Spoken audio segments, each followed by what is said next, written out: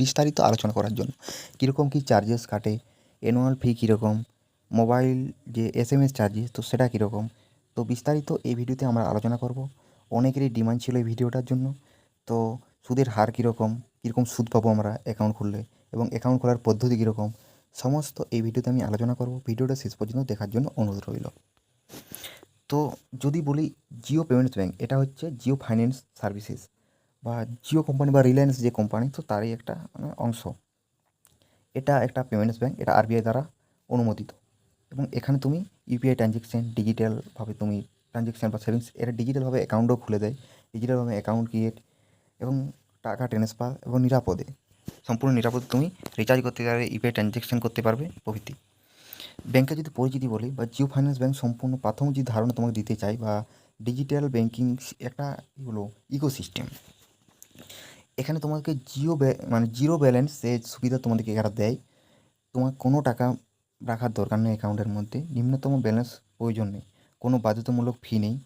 তোমাকে 0 টাকার মাধ্যমে তোমাকে ডিজিটালিভাবে তোমাকে অ্যাকাউন্ট খুলে দেবে।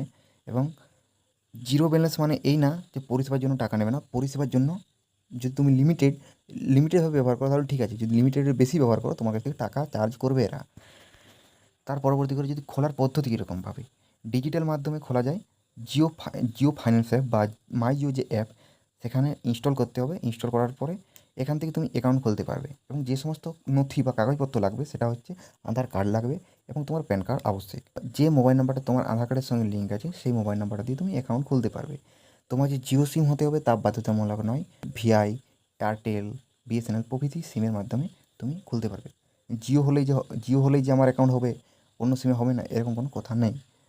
পরবর্তী, সুদের হার। তুমি যদি 1 লাখ টাকা তুমি ব্যালেন্স মেনটেন করো তাহলে তুমি পার ডে 0.50% তুমি সুদ পাবে, এবং তুমি 1 লাখ টাকা যদি বেশি রাখো তো বার্ষিক 4% পাবে, এবং তার বেশি রাখলে ব্যাংকে যে পার্টনার যে সমস্ত ব্যাংক আছে তো তাদের সঙ্গে টাই আপ করে সুদের হারটা বেশি দেয়।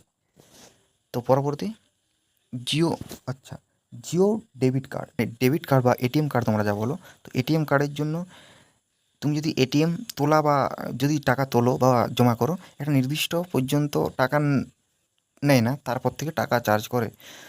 আচ্ছা, কার্ডের মাধ্যমে বললাম এটা তোমাকে। তারপর হচ্ছে সেবা ও চার্জে, মানে যে সমস্ত তোমরা বারবার বলো যে এই ব্যাংকে SMS চার্জেস এত টাকা কেটে নিল, তারপর অ্যাকাউন্ট ওপেনের জন্য এত টাকা কাটছে। তো এখানে ইউপিআই যদি ট্রানজ্যাকশান করো তো তোমার কোনো টাকা লাগবে না, বিল পেমেন্টস করলেও কোনো টাকা লাগবে না।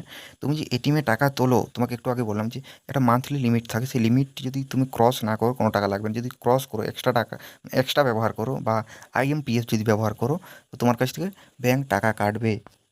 তারপরে হচ্ছে জিও যে ইউপিআই বহুমুখী ব্যবহার, সেটা হচ্ছে তুমি টাকা ট্রান্সফার করতে পারো ইউপিআই মাধ্যমে, মোবাইল নম্বরের মাধ্যমে, QR পেমেন্ট করতে পারো, তুমি বিল পেমেন্ট করতে পারো, তারপর যে তুমি রিচার্জ করতে পারো, প্রভৃতি তুমি ব্যবহার বিভিন্ন রকমভাবে যেমন ইউপিআই ব্যবহার সেরকম তুমি এটা করতে পারো অ্যাপের মাধ্যমেই। পরবর্তী হচ্ছে সুবিধা অসুবিধা বা জিও যে পেমেন্টস ব্যাঙ্ক, তো এটার পজিটিভ ও নেগেটিভ দিকগুলি আলোচনা করবো। তো প্রথমে সুবিধাগুলো দেখে নিই কী কী সুবিধা। সুবিধা হচ্ছে জিরো ব্যালেন্সে, তোমাকে এখানে কোনো টাকা লাগছে না, এবং ডিজিটালিভাবে তোমাকে ফ্রি, কোনো টাকা রাখতেও হবে না মেনটেন্যান্স করার জন্য।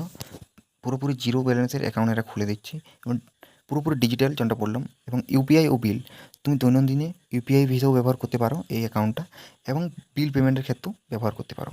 তো অসুবিধা যদি দেখি, তোমরা সকলেই জানো যে ব্যাংক যদি যে সমস্ত পেমেন্ট ব্যাঙ্কগুলি আছে তো তারা কোনো মতেই ঋণ দেয় না, কোনো ঋণ দেয় না, এবং এখানে সুদের হারটা খুব কম, 4% বার্ষিক। এবং নির্দিষ্ট যদি তুমি লিমিট থাকে, যে কোনো সার্ভিসেসেরই একটা লিমিট থাকে, তারপর টাকা নেয়। তো ব্যাংকের এই জিও পেমেন্ট ব্যাংকের ক্ষেত্রেও সেম। তো একটা লিমিট পর্যন্ত তোমাকে ফ্রি দেবে, তার বেশি যদি তুমি ব্যবহার করো তাহলে তোমাকে চার্জ নেবে। এরপর কারা কারা এটা ব্যবহার করতে পারে এবং কাদের জন্য এটা উপযুক্ত, যারা দৈনন্দিন ব্যবহার করে, দৈনন্দিন ইউজার বলতে তুমি যে সমস্ত ইউজারগুলো এই ধরো দোকান বাজার করতে ইউপিআই ব্যবহার করো, বিল পেমেন্ট করতে, যে সমস্ত নর্মালি ইউপিআই কিছু হলে ইউপিআই ব্যবহার করো, তাদের ক্ষেত্রে ঠিক আছে। এবং এটা তুমি যদি মেন ব্যাংকের অ্যাকাউন্ট, তো তার সঙ্গে কম্পেয়ার করতে পারবে না, কারণ সেটা হচ্ছে অনেক সুবিধা পাবে সেখানে, এখানে অত সুবিধা পাবে না। এটা তুমি সেকেন্ডারি হিসেবেই ব্যবহার করতে পারো, অর্থাৎ তোমার একটা আলাদা একটা অ্যাকাউন্ট ব্যাংকে, অন্য ব্যাংকে যে সমস্ত ব্যাংকগুলো আছে সে সমস্ত ব্যাংকে তোমার অ্যাকাউন্ট রাখা ভালো একটা আলাদা, এটা তুমি সেকেন্ডারি অ্যাকাউন্ট খুলতে পারো।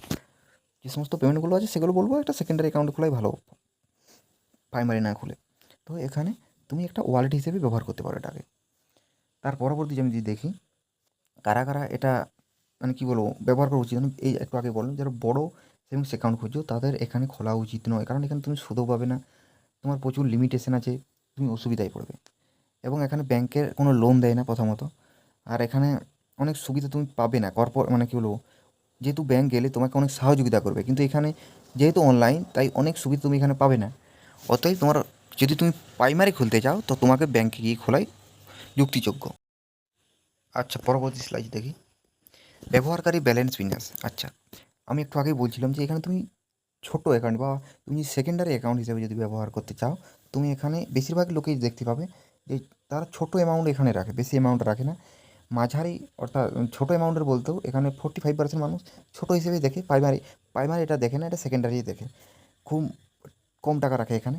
আর সেকেন্ডত 30% মানুষ এখানে মাঝারি টাকা রাখে, এবং 25% এখানে একটু টাকা রাখে, ঠিক আছে। তো এটা সেকেন্ডারি হিসেবেই সকলেই দেখে। পরবর্তী যদি দেখি আমরা এখানে কীভাবে ব্যবহার করা যুক্তিযোগ্য, দৈনন্দিন ডিজিটাল লেনদেনের জন্য এটি চমৎকার, ঠিক আমি একটু আগে বললাম যেমনটা। তবে বড় সঞ্চয়ের ক্ষেত্রে প্রথাগত যে সমস্ত ব্যাঙ্কগুলি আছে সেটাই বুদ্ধিমানের কাজ হবে, ঠিক আছে। পরবর্তী দেখি, দেখো সার্ভিসেস ও চার্জেস যে ব্যাপারগুলো বলছিলাম, অ্যাকাউন্ট ওপেনিংয়ের জন্য যে সমস্ত কোনো ব্যালেন্স মেনটেন করতে হবে না এবং সম্পূর্ণ ফ্রি খুলে দেবে। আর তারপর ইউপিআই যে ট্রানজ্যাকশান, তো সেখানে আনলিমিটেড তুমি ট্রানজ্যাকশান করতে পারো এবং সম্পূর্ণ ফ্রি। বিল পেমেন্টস হচ্ছে উপলব্ধ আছে এবং এটাও ফ্রি, কোনো টাকা লাগে না বিল পেমেন্টসের জন্য। এটিএম যদি তুমি ক্যাশ উইথড্রল করো, একটা লিমিটেড তুমি টাকা উইথড্রল করতে পারবে, টাকা উইথড্রল সেটা বটেই, আর তুমি লিমিটেড পর্যন্ত মানে মানে তো কীভাবে তোমরা অ্যাকাউন্ট খুলতে পারবে, তো মাই জিও বা জিও ফাইন্যান্স অ্যাপ তোমাদেরকে প্লে স্টোর থেকে ইনস্টল করতে হবে। দ্বিতীয়ত, আধার কার্ডের সঙ্গে তোমার যে মোবাইল নাম্বারটা লিঙ্ক আছে, তো সেই আধার কার্ডে একটা ওটিপি আসবে এবং ভেরিফাই করতে হবে। তারপর বিভিন্ন ডকুমেন্টস তোমাদেরকে খুঁজবে, তো সেই ডকুমেন্টসগুলো তোমাদেরকে দিতে হবে। তো তারপরে তোমাদের একটা ব্যাংক থেকে একজন কাস্টমার কেয়ার থেকে তোমাকে ভিডিও কল করবে বা তোমাকে করতে হবে। তো তারপর তাকে প্যান কার্ডটা দেখাতে হবে এবং বিভিন্ন ইনফরমেশান তোমার কাছ থেকে জানতে চাইবে, তোমাকে বলতে হবে। তো তারপর কিছুক্ষণের মধ্যেই তোমার ব্যাংক অ্যাকাউন্ট ওপেন হয়ে যাবে। তারপর তুমি ইউপিআই ট্রানজ্যাকশান বা ব্যাঙ্কিং যে সমস্ত সুবিধা আছে সেগুলো তুমি ব্যবহার করতে পারবে। তো আপনার কি এই অ্যাকাউন্ট খোলা উচিত? ছোটো মানে লেনদেন হিসেবে তুমি যদি অ্যাকাউন্ট খুলতে চাইছো, তুমি তাহলে অ্যাকাউন্টটি খুলতে পারো। বা যদি বড় অ্যাকাউন্ট খুলতে চাইছো তাহলে তুমি অ্যাকাউন্টটা খোলো না, কারণ অন্যান্য যে সমস্ত আমার ভিডিও আছে তো সেগুলোতে তুমি বিভিন্ন ব্যাংকের সম্পর্কে আমি বলেছি, সেভিংস অ্যাকাউন্ট সম্পর্কে তুমি সেগুলো দেখতে পারো। এবং তুমি যদি ছোটো ছোটো ট্রানজ্যাকশানের জন্য ব্যবহার করতে চাইছো এবং বিল পেমেন্টস হেরফেরি যদি ইউপিআই ট্রানজ্যাকশানের ক্ষেত্রে, তাহলে তুমি এটা করতে পারো। এবং এর লিঙ্ক আমি নিচে ডেসক্রিপশন বক্সে দিয়ে রাখবো, তুমি সেখান থেকে অ্যাকাউন্ট খুলতে পারবে। তো আজকের মতো এখানেই, ধন্যবাদ।